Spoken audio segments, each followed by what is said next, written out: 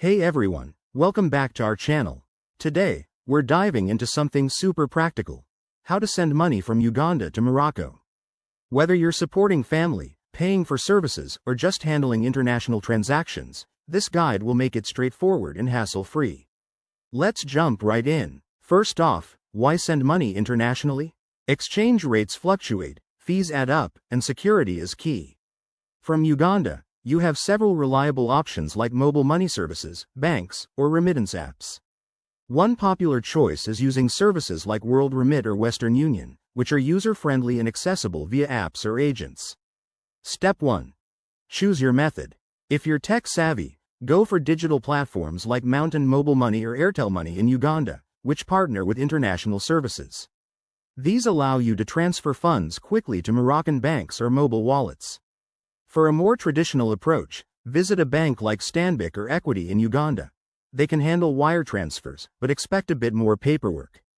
Next, gather your essentials.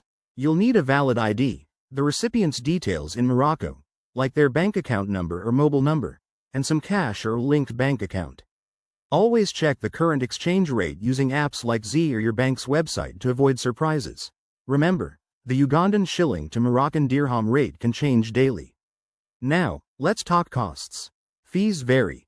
Mobile apps might charge 1 to 5% per transaction, while banks could tack on $10 to $30 United States dollars plus exchange rate margins. Pro tip: use services during off-peak times for better rates and look for promotions to cut costs. Security is crucial, so double-check recipient details to prevent scams. Also, comply with regulations. In Uganda, you might need to report large transfers to the Bank of Uganda. Wrapping up, sending money doesn't have to be complicated. With these steps, you'll be set. If you found this helpful, hit that like button, subscribe for more tips, and drop a comment if you have questions. Thanks for watching. See you in the next video.